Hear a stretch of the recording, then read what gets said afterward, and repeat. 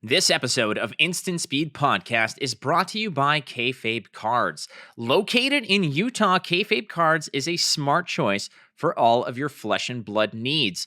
Prepare for the battles you'll face through the world of Wraith by gearing up at kfabcards.com. That's KAYFABECARDS.com and get all of the cards shipped directly to your door. Hey, if Magic or Pokemon is your jam, they've got you covered. FAB Cards has a plethora of TCG options, sealed products, and singles to keep you collecting and keep you competitive. FAB Cards, be who you want to be.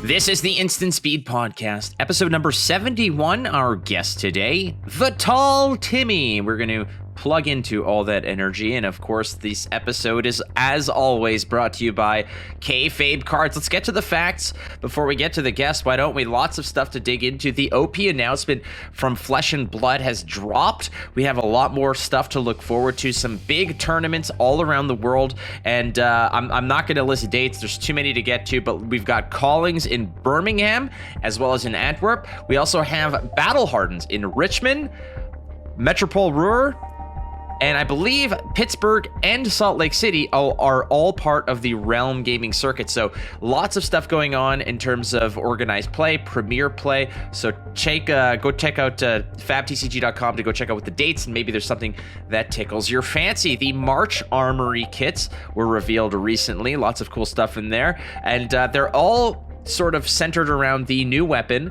which is going to be the token weapon for Riptide, and that would be a cold foil barbed castaway. So that is the prize. Should you go ahead and spike an armory, go to fabtcg.com, check out the events locator, get an armory near you. Go play some Flesh and Blood. Outsider spoilers are starting to leak through, and by the time that we're recording this, it is Tuesday, February 21st. And what have we seen? Well, we've seen Dishonor from Dragon Shield, a ninja non-Katsu specialization, but it's a combo finisher that starts with Surging Strike, so that's one of the notables, as well as Collapsing Trap. That is the Riptide specialization, and that is pretty damn cool. Now, I should remind you that if you guys want to know a little bit more about traps, there is an article on fleshandblood.com at fabtcg.com written by James White, which explores a little bit about what traps are meant to be and a little change to how they're played. So go check it out. The article, I believe, is called Watch Your Step. It's at fabtcg.com, and it explores a little bit about the legalities, the gameplay surrounding traps. You're going to want to know this stuff because when Riptide rolls around, you are going to be following right into that Akbar-esque type of it's a trap nucleus. The calling in Auckland, New Zealand is taking place this weekend. That would be on February 24th through the 25th. You should probably just tune into, plug yourself into Twitter, find out where those streams are. I don't know where they are going to be right off the bat, but I'm sure there are going to be people who are going to be taking a look at it and streaming and doing commentary. So take a look at what the meta looks like. Some of the best players in the world are going to be there. I know that Brody Spurlock, Kid Wonderbread, is flying over to go ahead and terrorize that side of the world. Pretty damn awesome. The Goliath Gauntlet 2 returns this weekend. We had a little bit of technical difficulties this past week, but we are back on track with some great games. So make sure that you are locked and loaded here. If you're watching on YouTube, you're in the right space. Hit the subscribe button over here at youtube.com/983media. If not, you can follow at 983TV on Twitter and be alerted to when those games are going live. Finally, our Patreon is still up and running. We've got some great stuff over there. Again, our Tier 2 Plus Patreon subscribers can go ahead and get hooked up with the podcast early and ad-free. And that's awesome. But you also get access to the very spicy Go Again segment. If you've seen a little clip here and there of it, I promise you this is something that is well worth it. We dig into a lot of the crux and a lot of the griminess and the nooks and crannies of the community in Flesh and Blood, and it's unfiltered, uncensored, and the Tall Timmy does not hold back. All right, we've got the Tall Timmy on the episode. We talk about things like content creation. We talk about things about just maintaining the joy in the community, and we also discuss about the dissolution of the Funder podcast. We'll dig into that as well with the Tall Timmy. ISP is proudly supported by BCW Supplies. Yeah, all my cards, they fit snugly into a perfect fit, and then we slide them right into an Elite 2 sleeve. Those cards, hey, well, they're resting easy and protected in my Deck Vault 100. Ooh, it's a nice one. Well, all of my spiciest gems, well, they're on display in my Z Folio LX. Yeah, you could treat your collection with love by going to bcwsupplies.com. Use the code ISP10. Get 10% off all of your orders. Oh, yeah. And hey, maybe cards might not be your only thing. Are you into coins, comics? Maybe you want to show off your record collection? They've got you covered. Use the code ISP10 at checkout for 10% off your BCW Supplies purchases. BCW Supplies. Protect, store, display. The Instant Speed Podcast welcomes an OG of the Flesh and Blood community. He's been making content for as long as I can remember. And, well, that doesn't say much because my memory is pretty bad. But he is essentially, if I can describe him, he is a nuclear reactor of pure, joyful energy. Welcome, finally, to the Instant Speed Podcast, none other than the Tall Timmy. How are you, buddy? I'm doing well. Fantastic. It is bright and early here in Sydney, Australia, and I'm just so happy to be here, Flake. We have been communicating about me coming on the pod for some time, and I'm really happy that you've kept the door open for me, and cheers. Appreciate it. Well, not only is the door open for you, I've got a room if you need it. I've got all kinds of M&Ms, like the most amount of M&Ms that you could possibly have, but no gym. We don't do that here. So you're SOL on that one, friend. But long story short, let's just get right into it. And which is the fact that you're a first timer on the show, not by design, merely by the consequence of the fact that you live in Narnia and I do not. I live in northern Narnia, I suppose. But let's talk a little bit about your introduction into card games, your progress towards Flesh and Blood specifically, but basically your origin story. Yeah, sure. Well, I collected basketball cards during the golden era, right? Back when Michael Jordan was around, Shaquille O'Neal, all that good stuff. And back then in Australia, there were small stores littered throughout the country in every strip mall, in every small shopping centre that sold basketball cards. And one day I was in one of these stores and the store manager and a customer were playing a game of Magic the Gathering. I was maybe 8 or 9 years old, and I think Magic had only been out for 2 years, and my imagination was captivated when I saw the artwork and the fantasy and the nature of the game. I was just drawn in. Previous to that, I had been playing Warhammer Fantasy, so I already had a taste of fantasy games. I played Magic for a couple of years from 4th edition through to Mirage and 5th edition. But as I got older, not many kids my age wanted to play. The basketball, the whole card market crashed. A lot of those stores went bankrupt, my local one in particular. And that was the end of that. Went through high school, took a 16-year hiatus and got back into the game in 2013. And really went deep on the competitive scene in Magic for a good 7 or 8 years. I traveled to America to play in a couple of Grand Prix. I traveled to Southeast Asia, and I was very active in the Sydney community. Due to the nature of how Hasbro directed WotC in how they were going to manage the game sort of took a turn for the worse, in my opinion. And towards the end of 2018, I stepped away from playing the game, took a couple of years off from Magic, and then the professor posted on his Facebook the Flesh and Blood OP Pyramid. I'd previously heard about Flesh and Blood, but I hadn't heard good things. When I saw him post that pyramid, I thought, wow, this actually looks legit.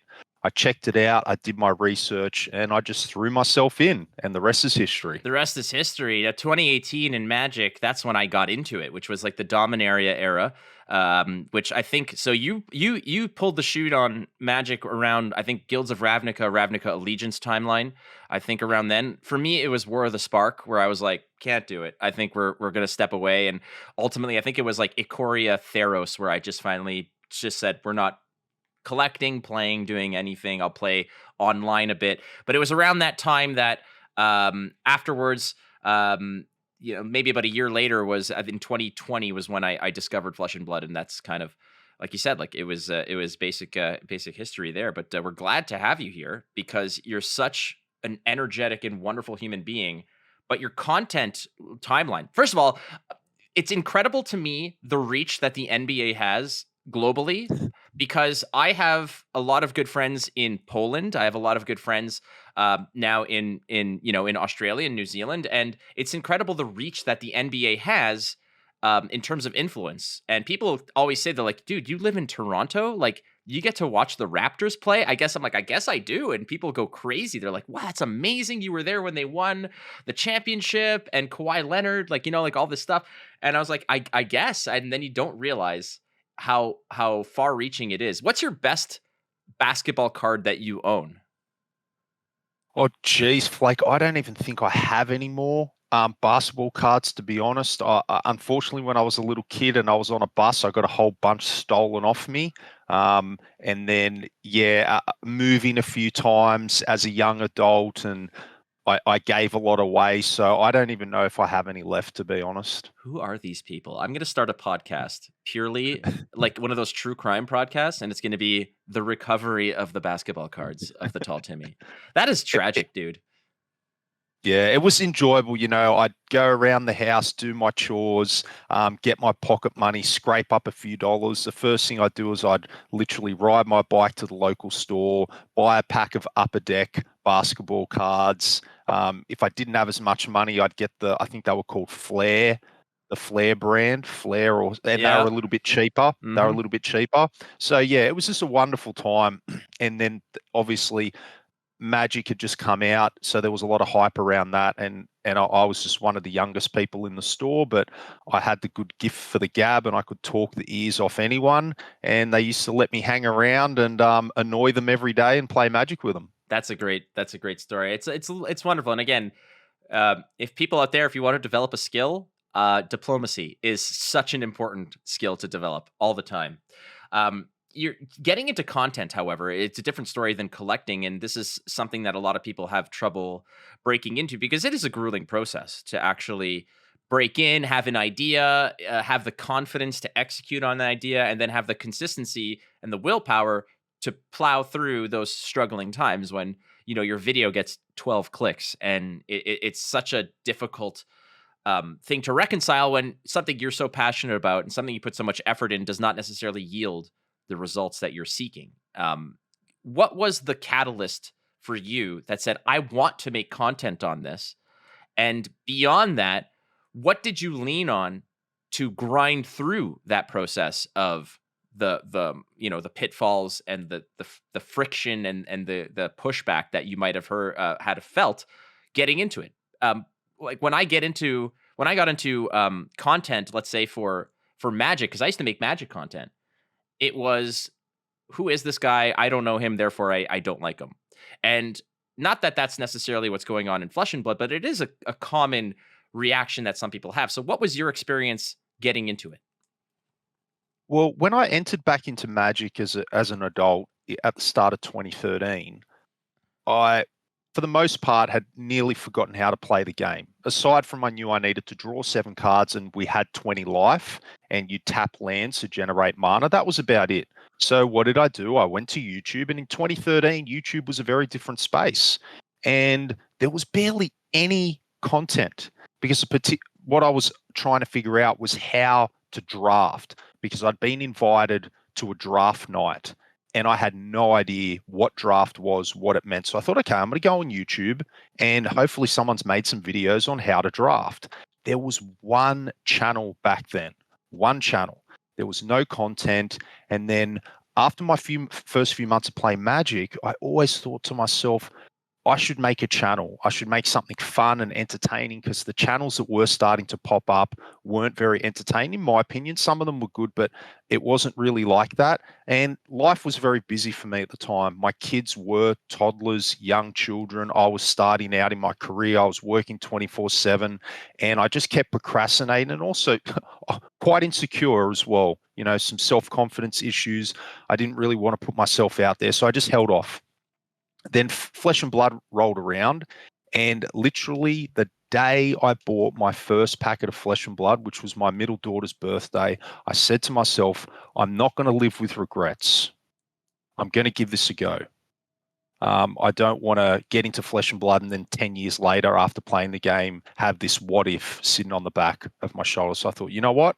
Even though I've never taken a video of myself before, even though I've never used YouTube in that capacity before, even though I've never edited anything in my life, nothing. I literally had never done any sort of multimedia or camera work in my life. So I was way out of my depth. But I thought, you know what? I took my daughter out for ice skating with some of her friends for a birthday. I went to the local cell phone store, bought a selfie stick, walked up to an LGS. It was in that shopping center, spent $25 on a packet of first edition Monarch, and went home and made my first 2 videos. And I thought, you know what? I went onto YouTube and I watched this video on how to grow and make a successful YouTube channel. And they said frequency, frequency, frequency. So for the next 93 days, I uploaded a video every single day for 93 days. And that's how I got my channel started. So 2 things that I want to touch upon here. Number 1 was the fact that regret is quite the haunting presence. And I actually had this conversation yesterday. It might have been on my stream or whatnot, but when discussing about things like failure, I said failure isn't what I'm afraid of. What I'm afraid of is regret, and that's something that it doesn't go away. You can kind of squash out failure with, sustained effort and ultimate success, and eventually the success just nullifies the failure you felt. It just supplants it and is bigger than what it was. But regret doesn't go away, because regret is this looming presence, this dark cloud that follows you. And the only way to get rid of it is to find success and forget about it. And that's really difficult when it's just they're constantly chasing you. Some people might use it as motivation, but to me, the motivation about regret is not necessarily getting rid of the regret, it's avoiding it. And I think that's very, very astute there. And I feel you on that, definitely. But 93 consecutive days is impressive. When I started streaming, that was the advice I got, was consistency. Consistency and reliability. If people expect you to be streaming at 10 a.m. every day, you best be there at 10 a.m. whether you want to or not, because that's how you develop a following. Of those 93 days, was there ever one sort of bridge that you crossed where you said, this is working or this is not working? I think so. So after I got into Flesh and Blood, I was able to play the game for 3 weeks. And then we went into a long lockdown, maybe a 3 to 4 month lockdown. So if you look at my first few weeks of early videos, it was all around vlogging. I traveled to an armory 6 days a week because I was trying to learn the game. I'd go to armories every day. I'd take my camera and I just document my journey into the game as someone that just has no idea. And how I won my first few armories. I'd go around to all these different stores in Sydney, shout them out, have some fun. Then we went into lockdown. I wasn't able to play a game of Flesh and Blood for over 3 months, but I used making YouTube videos and talking about sort of higher level concepts around the game and TCGs and life in general was a way for me to stay connected into the community, because I might have thrown it away. And there were times towards the end of that lockdown when I wasn't playing for such an extended period of time, my motivation and my passion did start to wane. And I did question myself. And there was a moment in time I was thinking about deleting the channel and shutting it down.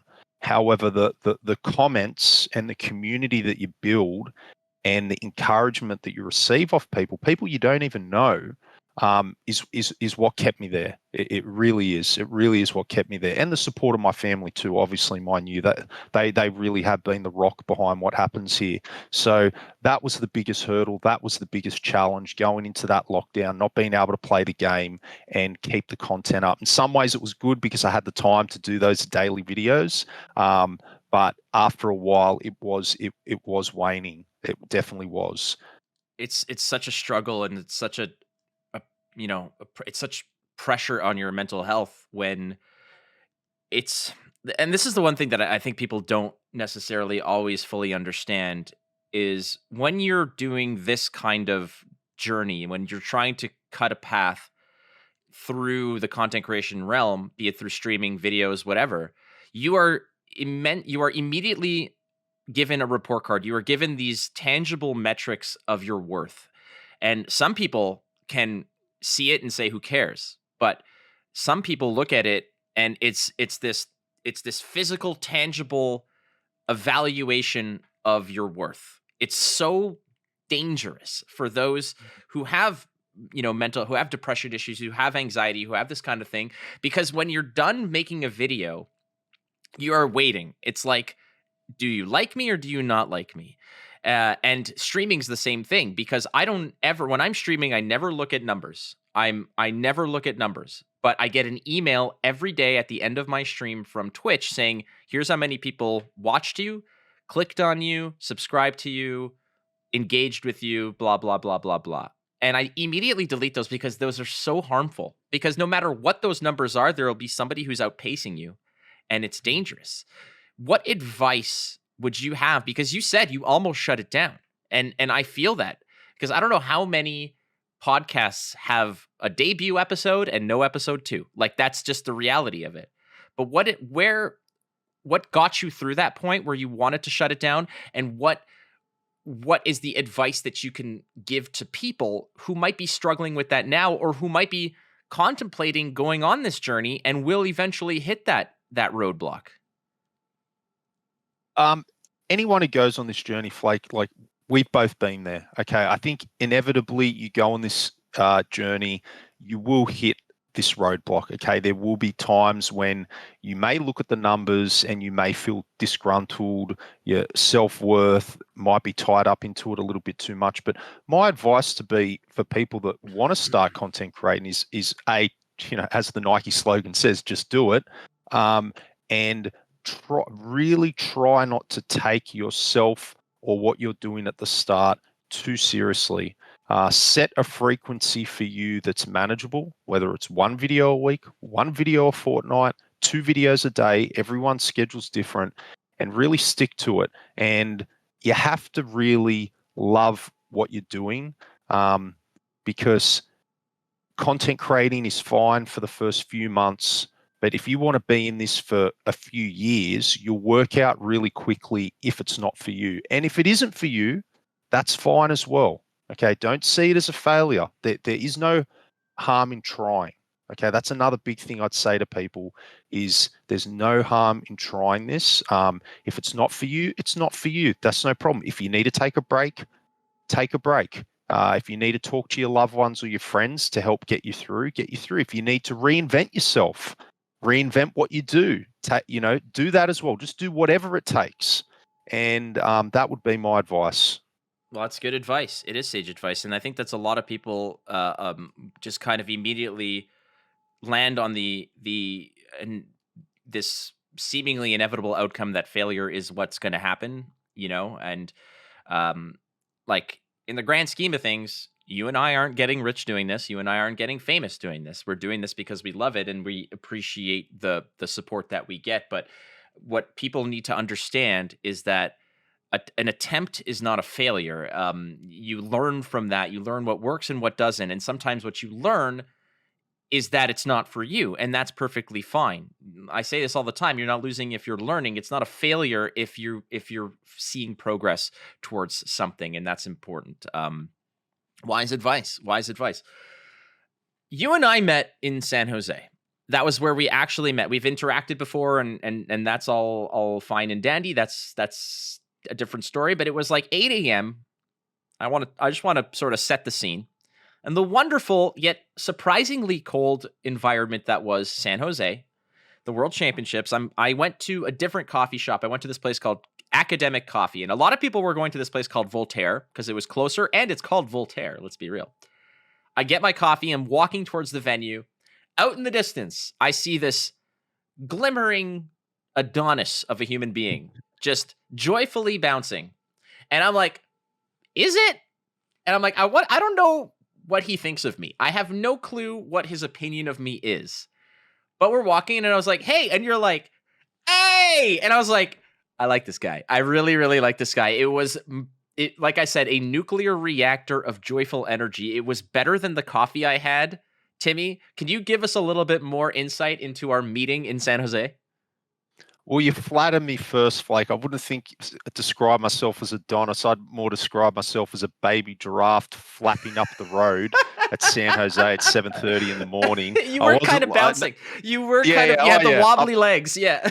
Exactly. I'm not the most graceful thing rolling around, that's for sure.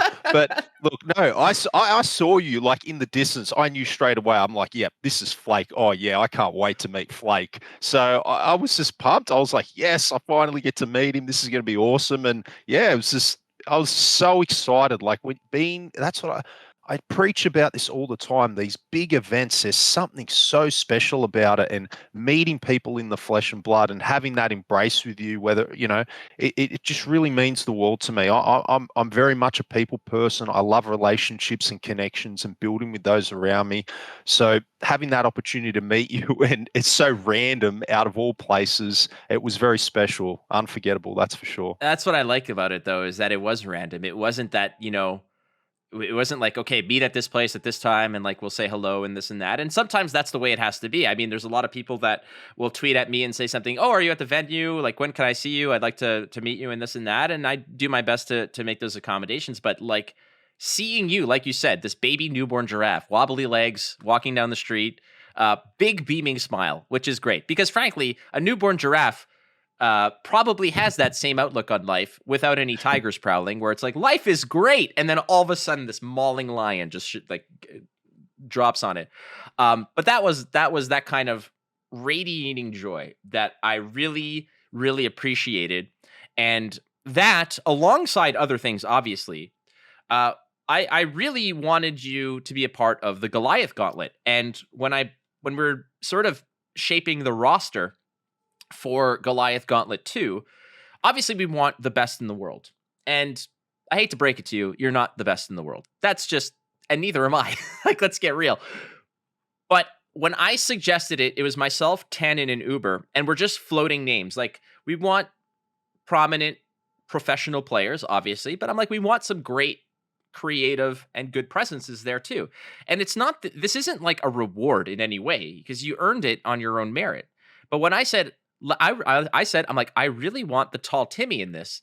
And Tannen is like, yeah, I do too. And Uber's like, hell yeah. Like, I would love to have him in here. And it was like, there was no debate. There was absolutely no debate. You were an automatic yes in the same vein that Michael Hamilton was an automatic yes. And I think that is kind of proof that you don't have to be the best. You just got to be a really good dude and like and really contribute, which you've done. And I really appreciate that. No, I do too. Thank you very much, Flake and Tannen and Uber, for extending the invite my way. That was an absolute hoot. Brody Spurlock, wow, the whiz kid, unbelievable player. And it was really good too because it stretched me. That was my very first game that I'd done on a camera setup. So it was all new to me.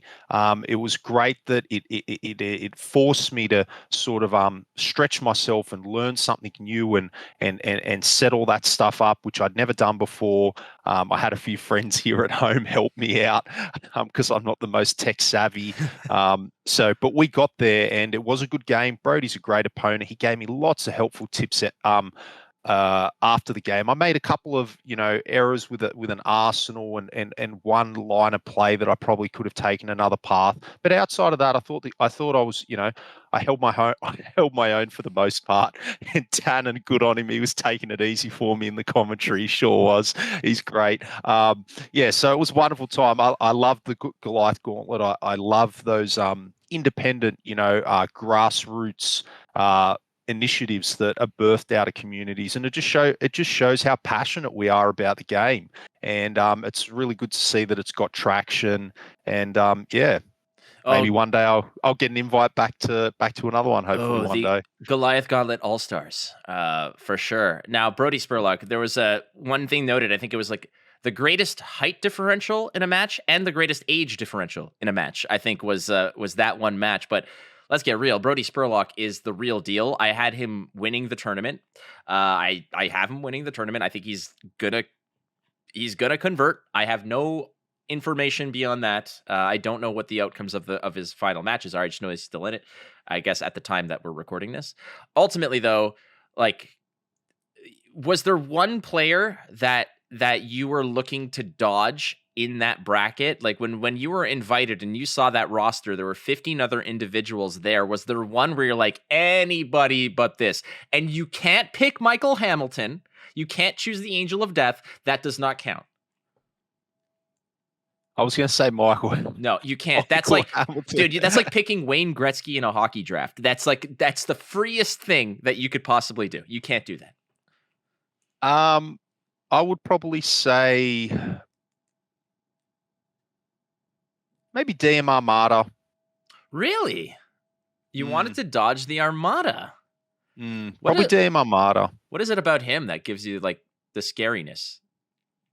Well, it's not so much that from a player skill and geez, DM Armada. I'm not taking a shot at you right now. Oh, you can take shots at him. Yeah, you can take shots. I didn't want to face off against another fellow content creator in the first round. I was really hoping I'd pair into Hayden because I've beaten him a few times down here, so I know I can beat Hayden. So I was hoping I'd draw in a Hayden. That would have been pretty cool. But yeah, I didn't want to pair into whether it was DM Armada or one of the other content creators. I was hoping to actually pair into one of the pros, to really test my mettle. That's a very good approach. Honestly, I think that's definitely a fair assessment of how you yourself are progressing as a player. If you don't test yourself against the best, it's difficult. When I test against like the hairy tarantula guys and I get dummied on a regular basis, I'm like, how do I ever get better? And then you play against the field and you're like, okay, this is just a whole different ball game. And I respect that. I respect that you want to go up against some of the best in the world. And I think that's a very valiant way to approach it. And all spoilers aside, you fought valiantly, but Brody Spurlock, man, is Brody Spurlock. Yeah, what I drew into him, I thought, okay, I'm either going to get a mirror match or he's going to be on Icelander. And I thought either way, he's going to know my deck and what I'm doing inside out because he was a Briar main for a long time. So I knew that I was in deep waters with Brody. Yeah, that's a good way to put it.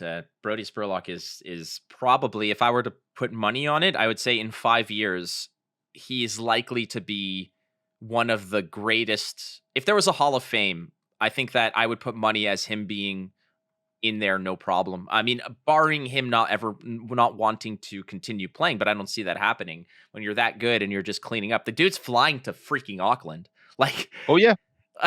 That is. I had mentioned this another time. I said there needs to be a Twitter account, much like the Elon's Jet Twitter account that tracks his plane for Michael Hamilton and what tournaments he's going to just note if you have a chance or not. But the fact that Brody Spurlock is flying to Auckland, does that give you guys a little bit of pause of like, wow, there's some big fish that are crossing the pond here? Yeah. When I played against Brody, he did mention that he was going to be attending Auckland. So I'm relishing in it because I'm actually going to meet the guy for the first time in the flesh and blood. I can't wait. And I think it's fantastic. That was one of the things, Flake, that I loved about MTG. Being a Timmy, that's why I love going to these events. When I was just participating, I never created content. Don't get me wrong, I knew plenty of people in my local community, but I'd go to these events, and back then the pros used to get appearance fees depending on where they were in the pro players club, platinum or gold, silver, and they would fly overseas quite a lot to the Grand Prix. And I'd gush over them, right? I'd see all the Japanese pros roll in, or I'd see the North American pros come to my local GPs. And it's the same thing. It gives me a lot of hope for this game that there are a lot of pro players traveling to Auckland from Southeast Asia, I believe a couple from Europe, and maybe half a dozen from America. So I've been told. So I think that's fantastic. It's a good indicator of the health of the game. And I really hope as the years roll on, LSS can expand on that, especially when people want to play Flesh and Blood as basically their main job. They need to be getting around to these big events. And I always say that, when you start to resonate with your players, especially Goliath Gauntlet, helps build those story arcs. As a Timmy, as just an everyday person playing the game, that's what you want to see at these big events. Like you want to mix with the pros. Like imagine going to your local basketball comp and seeing the odd few NBA players out there on the court mixing with the everyday people and playing against them. It's wonderful. It's so good. It's funny you should say that, because it reminds me of the story of a buddy of mine who played hockey growing up, and he was pretty good at it. And he used to play hockey is played 5-on-5 plus a goalie. And he played in a league with a smaller ice, but it was 3-on-3 plus a goalie. So it's a lot more freewheeling. Skill was really part of it. And it was a league that ran all year long, and there was like a summer league. And in the summer, there's no NHL, there's no hockey. So growing up in Quebec, where Quebec is like obviously Canada itself for hockey players is like this. It's the birthing place of the world's best hockey players. But Quebec specifically, there was a lot of prominent players that came out of Quebec. So my buddy would go play in this league in the summer just to play and enjoy himself.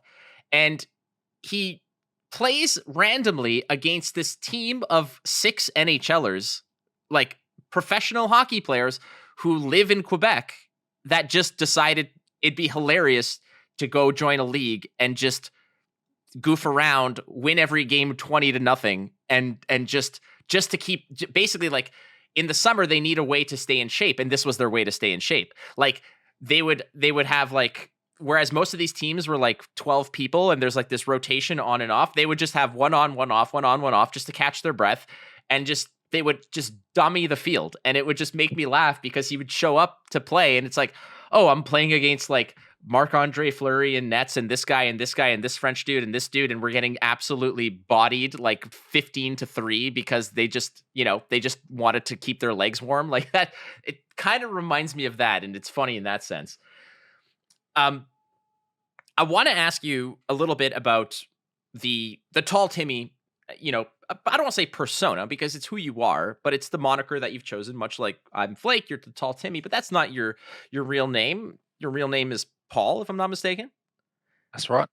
Where did the Tall Timmy? I mean, I get the tall part, but where did this whole moniker and mantra kind of come from? Well, going back to again my flurry into Magic in 2013 through to 2018, I was commonly known as a filthy Timmy due to the decks that I played, the way that I played, the way that I carried myself. A lot of people just used to call me a Timmy. And a filthy. But what, for those who don't know, because I think that the Timmy is very much a CCG or a card game term that denotes a type of player. Can you tell us and describe what a Timmy is and what the other players are and what those are denoted as? Sure. Look, it's not. It even goes deeper than a type of a player. I think of it more like somewhat a personality trait. So the 3 archetypes of a person and a TCG player would be a Spike, a Johnny, and a Timmy. Your Spike is your ultra competitive person, win at all costs. Winning comes before fun. They take themselves seriously. They take life seriously. They min-max. They eke out EV. That would be, and like, obviously I'm exaggerating these. Many people are more than a Spike, a Timmy, or Johnny. Lots of us are blends. Most of us are blends of all 3. And then you have the Johnnies, and the Johnnies are your big wombo combo players. All they want to do is do the biggest and most busted thing. Johnnies are actually quite talented players too, but they'll often play decks that where they can just break the game, or they're more into that than breaking the game or how much damage can they deal in a turn rather than actually winning. And a Timmy is often like a young puppy dog, right? Quite gullible, quite loose with their play, quite forgetful. They buy their cards at the highest price and sell them at the lowest price. Okay. Like, life just can't cut a poor Timmy a break. And there's a lot more to it than that, but that's basically what a Timmy was. And because I was referred to as a Timmy a lot, the day that I was starting the channel, I thought, well, I need a catchphrase. I really need something that can resonate and roll off the tongue. And I thought people sometimes call me Tall Paul, Tall Paul. And then I thought, okay, Tall Timmy, the Tall Timmy, Triple T. Okay, we'll just go with that. And I really wanted to be a voice of the Timmies because, and in all seriousness, Flake, I really believe that a successful TCG needs to cater and care to those Timmies, because for every pro player and spike and grinder, there's thousands of Timmies that enjoy the game. And I wanted to really speak with the Timmies and get them to embrace that side of themselves and don't be ashamed of it. It's fine. It's fine to be average at a game. There's nothing wrong with that. If you're having fun, there is nothing wrong with that at all. And I really wanted to be a voice of the Timmies, and also I use a lot of irony and sarcasm, and I also play around with the Timmies and poke fun a lot at myself and the Timmy culture. But I really wanted to lean into that and thought, the main ingredient, the backbone to a real successful TCG is to have those legions of Timmies, attending your armories. If you want to hit those events where we have a few thousand people, if you want to get those consistent armories that can get 40 to 50 players, then the Timmies are the ones going to be there doing the heavy lifting for you. I got to ask you, if are you a wrestling fan at all? I was when I was young. Yeah, I probably dipped out of wrestling around 99, I'd say. So just after NWO sort of became less prominent, that's when I dipped out of it. So you know about Triple H? Oh, yeah. Okay, because there are some intriguing parallels here that I'm drawing, which is there's the Triple T, which is you, and then there's the Triple H. They're both known as the game. You play the game. He is the game. All good. His initials are PL, Paul Levesque. You are Paul L, right? PN. My surname starts with an N. Oh, okay. Well, then the whole theory's gone. Never mind. But there's enough. You're both Pauls, so we'll land on that. So there's Paul, Triple T, Paul, Triple H. I need somebody in the community to take the entrance music from Triple H, the game, and redo the graphics where it's, instead of the Triple H logo, it's a Triple T logo. You're welcome, Paul. Just saying. Oh, cheers. I'd love that. I love, I'd really like, LSS to lean into that real spectacle that wrestling is. I know they're big wrestling fans over there, and I like when things are over and above and somewhat, I wouldn't say cheesy, but that's sort of what makes wrestling what it is as well. And I love that. I love the hype and everything there is about wrestling, and I'd like to see plenty of that leak into the game over the next few years. Oh, we see kinds of a little bit of it. I mean, they just released a card, or they leaked a card called Razor's Edge. That's an NWO. That's a Scott Hall move. That's a Razor Ramon move. Chokeslam. Chokeslam's in almost every Guardian deck, like crazy. There's plenty of them, and I don't suspect. Somebody suggested that there's going to be a card called Sweet Chin Music. Oh, that'd be great. I would love to see some Sweet Chin music. Let's get into the crux of the matter, and this was not planned. This was just timed the way it was. There's a question coming in from many people, frankly, but we're going to say Matt G of Cold Foil Hands asks, with the ending of one of my favorite podcasts, Funder, we have heard Fluke's perspective on the matter, but not yours. If willing, do you mind sharing your sides? Fans want to know. And I've listened to Funder now and then. It's difficult to keep track of everything.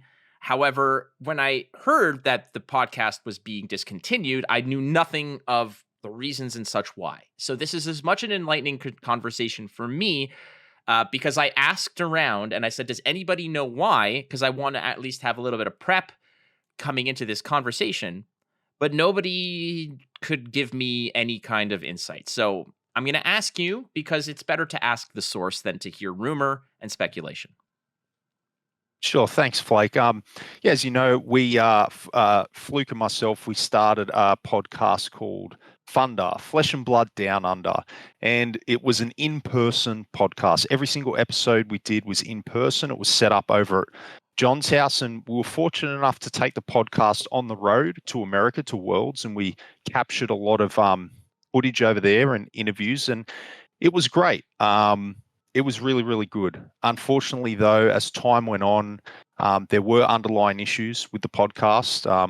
I was close to walking away from the podcast prior to Worlds. John and I were just finding it more and more difficult. John is Fluke, difficult to work together. And recently, in the last couple of months, there was more issues in the community with Fluke here and abroad, which waned more on my relationship with John. And without going into any details, it just, John said it himself, it became less fun. And as I got into Funder with John when I barely knew him, I only met John a few months, 6 months maybe after I got into the game. So I really didn't know him. And as time goes on, you get to know someone better. And I just realized he's, not someone I really want to do projects with. And he probably thinks the same of me. And I decided to walk away from the podcast and we stopped it. So yeah, I don't really think there's a need to go into, specifics or throw mud. I don't like drama or doing anything like that. But basically, that was where it had come to, which is, I miss it. It was a good time. It was really, really good. But I am relieved now to have stepped away and focusing a lot more on my own stuff. And I think I made the right decision. And I think he's happy too. So that's the main thing. I have in my, and again, I really appreciate your candid response on this. And we don't have to go into details because it's private. And frankly, if people are digging into it, Paul has said what he has said, and he has shared his insight and whatever he's willing to share, and that's fine. And everybody else, mind your own business. That's kind of where it comes down to, and ultimately, that's the end of it. And to be real about this, I have in my career done shows and projects with people wherein at a certain juncture you reach a point where you're like, I either cannot work with this person due to creative differences or conflicts of interest, or you choose not to based on association. I'm not saying that you're leaning one way or the other, but ultimately you come to a realization where it is not fruitful to associate or work together. So it's the reality of the business. It's not to say that one person is right or one person is wrong. It's merely a matter of the fact that there is friction or there's some sort of the pieces don't match, and that's okay. That's perfectly fine.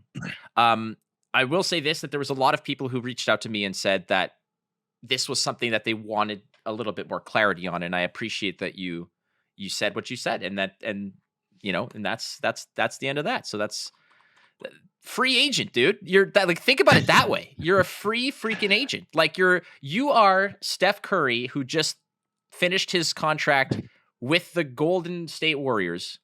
You got some championships. You got some respect on that name. Now you're just out there looking for the sweetest contract, baby. Yeah, I'm just flapping in the wind like a baby giraffe. Yeah, I can't get it out of my head now. Yeah, well, look, and thanks for the concerns.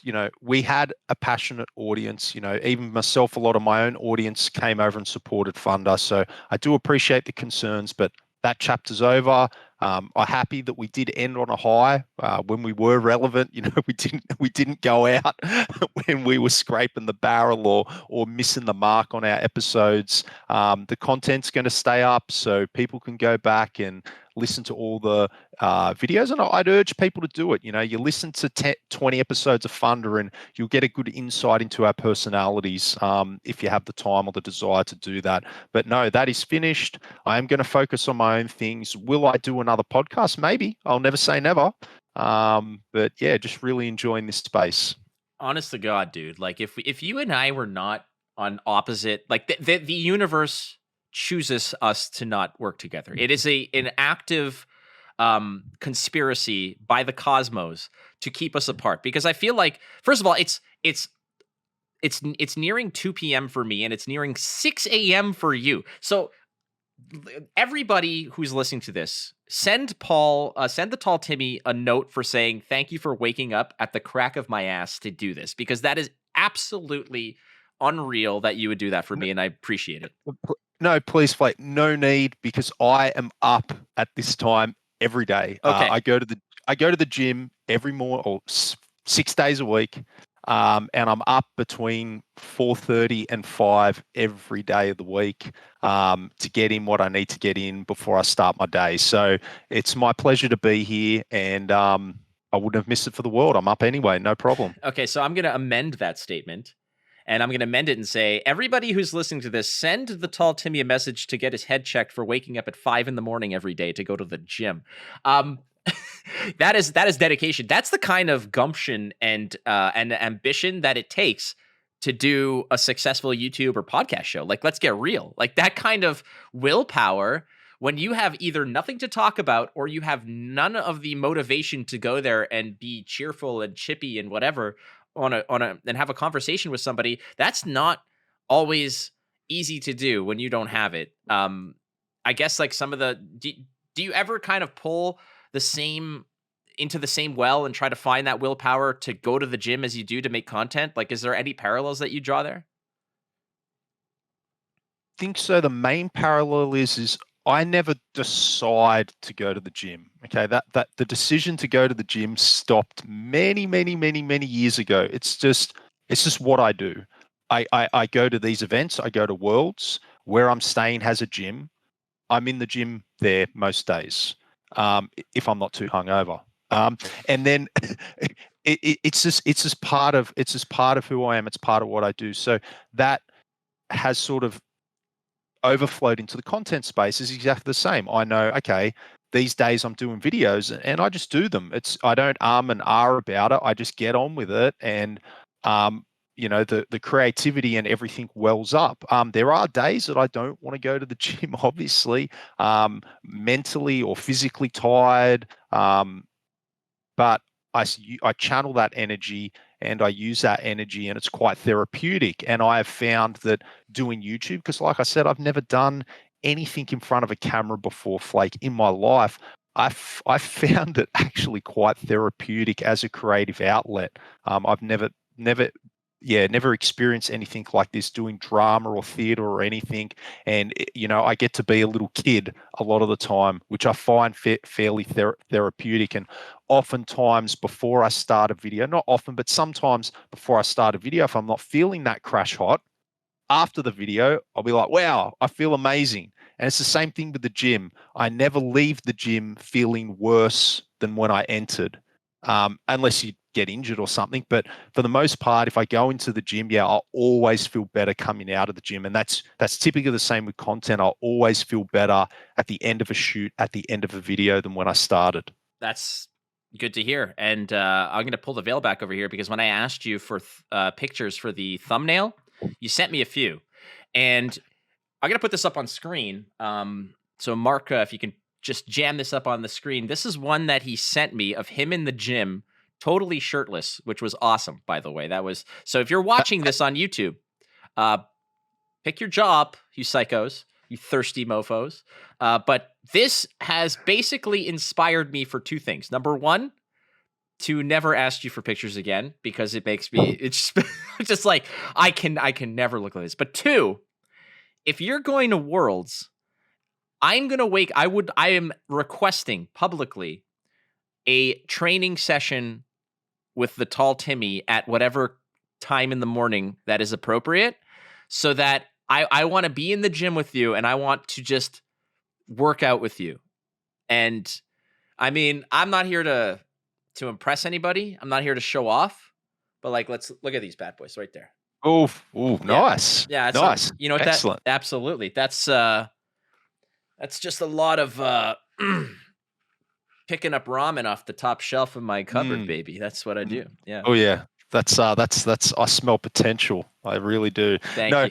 Look, that photo, Flake, that was at Worlds. That was the gym in the hotel I was staying in. And I took a couple of those pictures because people were often saying, "Oh, do you really work out at these events?" And I took the photos, I sent it, I go, "Yeah, here you go. This is what I do." Having a bit of fun with it. But please, Flake, I'm a 99% lock to go to Baltimore. Are you really? So, oh yeah. Yeah. Okay, so are we working out in Baltimore? Is that the plan? Most certainly, we will be working out in Baltimore. Let's get a session or two in. Okay, or two. Like, calm your tits there, bud.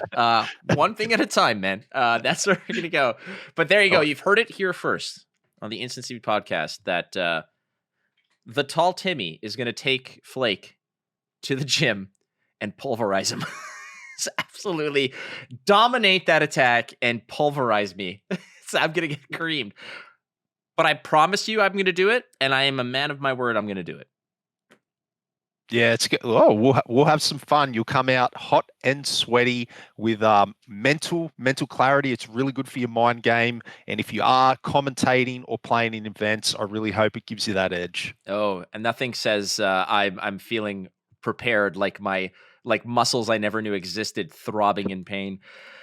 Oh, Timmy, you are somebody whom I wish I had more interaction with. I wish I had a better I don't say better relationship with, but a more consistent relationship with. Unfortunately, you live, like I said, in Narnia, and I live in the northern Narnia, and that's the way it shall be. But I sincerely appreciate your candid nature, your positivity, and just the fact that you are a true pillar of the community here in Flesh and Blood, and you deserve to be celebrated. And I love you, buddy.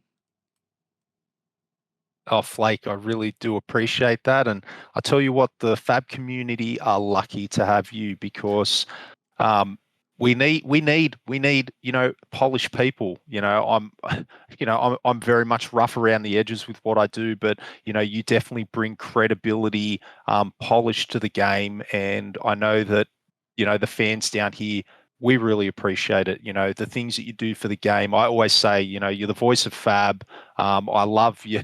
I love your witty puns and jokes that you do on the commentary. So, please stay with the game. Stay with us. And I'm looking forward to what you're going to be doing this year, 2023. No doubt you've got some big plans. Well, we've always got things cooking. I remain and I stay steadfast to the fact that I am here as long as you'll have me. And there's, dude, unless they come out with like a Star Wars card game that is like the only thing I'd leave you guys for is a Star Wars game. Like, I'm sorry to say, if a Star Wars game comes out, you guys are strangers to me. You are absolute dust. You're nothing to me. That's never happening, unfortunately. But honestly, I truly mean it. I truly mean it. I am here for as long as you guys will have me, and I hope that for you it's the same. Thank you, sir. Thank you, sir. It's been a pleasure, and I can't wait to give you a big hug in Baltimore. Yes, the wobbly giraffe and we'll figure it. I'm like I don't know, a waddling penguin. I'll be that. But Timmy, for those who want more of the Tall Timmy, I know that you don't necessarily have the podcast anymore, but you're still tweeting regularly. The team is out there supporting you. So where can we find more of the Tall Timmy? You can head on over to my YouTube channel, The Tall Timmy. It's a bit of a variety show there. I try and capture, a lot of different aspects of the game. You might like what you see. And you can also follow me on Twitter, Instagram. I do a lot of random stuff on there. If you can put up with my bad spelling, you're more than welcome to hang out with me on the Twitter. I love that. I love you too, buddy. You're a rock star. And to everybody who has tuned in, thank you so much. Obviously, to our Patreon subscribers, you guys can stick around, check out the Patreon, because we're going to have the uncensored Go Again segment with the Tall Timmy, where we go unfiltered and B's to the W's, I'll say, to keep it all clean and lovely. To our sponsors, FAB Cards. Go to kfabecards.com for your singles and all of your card needs, and obviously to BCW Supplies. Thank you so much for watching, and don't forget, you are not losing if you're learning, so keep playing the game. You might win. We'll see you next time on ISP. Well,